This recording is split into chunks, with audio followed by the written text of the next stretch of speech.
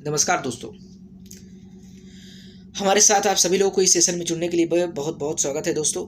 जैसा कि आप लोग जानते हैं कि इस सेशन में हम लोग हाल फिलहाल की जो घटनाएं हैं उस पर हम लोग चर्चा करने का काम करते हैं। उसी संदर्भ में हमारे पास कुछ घटनाएं निकल कर आ रहा है दोस्तों, जिसमें कहा जा रहा है कि महाराष्ट्र के जो अभी वर्तमान में एकनाथ जी शिंदे जो मुख्यमंत्री के तौर पे जो एकनाथ शिंदे जी जो विराजमान हैं, उन्होंने कुछ एक तरीके से देखा जाए तो बेरोजगार जो लड़के हैं, जो युवा हैं, उनके लिए कुछ योजनाएं लाए हैं, उनके लिए कुछ अनाउंसमेंट करने की बात की। अनाउंसमेंट उन्होंने किया है दोस्तों। आज आज के सेशन में हम उसी बारे में बात करेंगे, उसी पे चर्चा करने का काम करेंगे दोस्तों।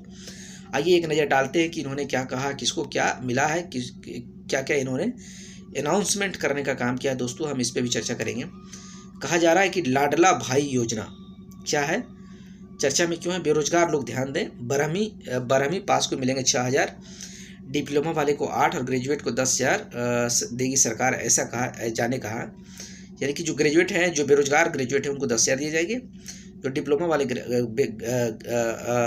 एक तरीके से जो बेरोजगार हैं, डिप्लोमा वाले बेरोजगार, उसको 8,000 दिए जाएंगे। जो 12वीं पास से बेरोजगार, उनको 6,000 रुपये देने का काम किया जाएगा। चर्चा में क्यों है दोस्तों, महाराष्ट्र के मुख्यमंत्री एकनाथ शिंदे ने राज्य में लाडला भाई योजना शुरू करने का ऐलान किया है दोस्तों।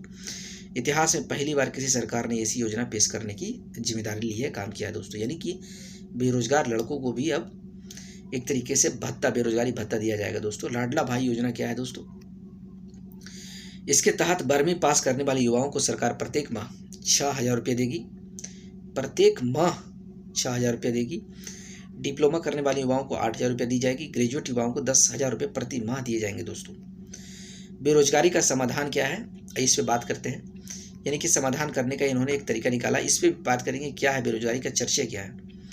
इस योजना के तहत राज्य के युवाओं को कारखानों में अप्रेंटिस करने के लिए पैसे दिए जाएंगे, जिससे वे कुशल हो सकेंगे और अपनी जिम्मेदारी उठा सकेंगे, काम कर सकेंगे दोस्तों। इस योजना के माध्यम से युवा अन्य कारखानों में अनुभव और कुशलता हासिल करेंगे। महाराष्ट्र सरकार उन्हें बेरोजगारी से उबरने के लिए वजीफा भी देने का काम करेंगे दोस्तों। विधानसभा चुनाव क्या है, अब देखा जाए दोस्तों तो विधानसभा चुनाव, इसके बारे में बात करते हैं विधानसभा चुनाव के बारे में, क्योंकि हाल फिलहाल में देखा जाए तो महाराष्ट्र में विधानसभा चुनाव होने वाले हैं। दरअसल महाराष्ट्र में इस साल विधानसभा चुनाव होने वाले हैं। मुख्यमंत्री एकनाथ शिंदे के इस ऐलान को इसी से जोड़कर देखा जा रहा है दोस्तों। कहा जा रहा है कि इसी को मद्देनजर में देखते हुए इन्होंने ये अनाउंसमेंट किया है। लोकसभा चुनाव के नतीजे में बीजेपी, शिवसेना और एनसीपी और सत्ताधारी महायुति गठबंधन का प्रदर्शन निराशाजनक रहा था दोस्तों पिछले इलेक्शन में महाराष्ट्र में। इसके पीछे बेरोजगारी को लेकर युवाओं में बढ़ती नाराजगी की बड़ी वजह बताया गया था। उधर विपक्षी महाविकास अघाड़ी गठबंधन भी लगातार ही बेरोजगारी का मुद्दा उठाता रहा है दोस्तों। ऐसे शिंदे सरकार के इस ऐलान को विपक्षी के इसी हथियार के तोड़ के रूप में देखा जा रहा है दोस्तों। लाडली बहन योजना ये क्या है दोस्तों, ये भी एक तरीके से महाराष्ट्र में इनके द्वारा लागू करने का काम किया गया था दोस्तों। महाराष्ट्र सरकार ने 27 जून को अपने बजट में लाडली बहन योजना यानी मुख्यमंत्री मांझी लड़की बहन योजना की घोषणा की थी। बजट में महिलाओं को हर महीने 1,500 रुपये देने की घोषणा की गई थी दोस्तों। ये भत्ता 21 से 60 वर्ष तक की महिलाओं को दिया जाने का वादा किया गया था। महाराष्ट्र के डिप्टी सीएम और वित्त मंत्री अजित पवार ने विधानसभा में राज्य का 2024-25 का बजट पेश करते हुए जानकारी दी थी। लाडली बहन योजना को जुलाई महीने से लागू कर दिया जाएगा दोस्तों, ऐसा भी कहा जा रहा है। माना जा रहा है कि लाडला भाई योजना भी इसी महीने से लागू हो सकता है। आज के लेक्चर में इतना ही रखते हैं दोस्तों। ये हमने आज बात किया कि जो महाराष्ट्र के जो लाडली बहन योजना, लाडला बहन योजनाएं हैं दोस्तों, जो हाल फिलहाल में जो एक तरीके का जो एक शिंदे जी का जो सरकार है उनके द्वारा जो अनाउंसमेंट की जा रही है, आज हम लोग उसके बारे में बात किया, उसके बारे में जानने का प्रयास किया दोस्तों।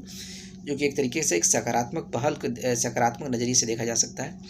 एक सकारात्मक पहल है दोस्तों, एक बहुत अच्छी चीज़ है जो बेरोजगार युवाओं को एक तरीके से धारणत बढ़ाने का काम करेगा, एक तरीके से सहायता प्रदान करने का काम करेगा, और वो लोग अपने आप को शिक्षित करने में एक तरीके से सहयोग उन लोगों को देने का काम करेगा दोस्तों। अगली बातें हम अगले लेक्चर में करेंगे। आज के लेक्चर में इतना ही रखते हैं। हमारे साथ जुड़ने के लिए आप सभी लोगों को बहुत बहुत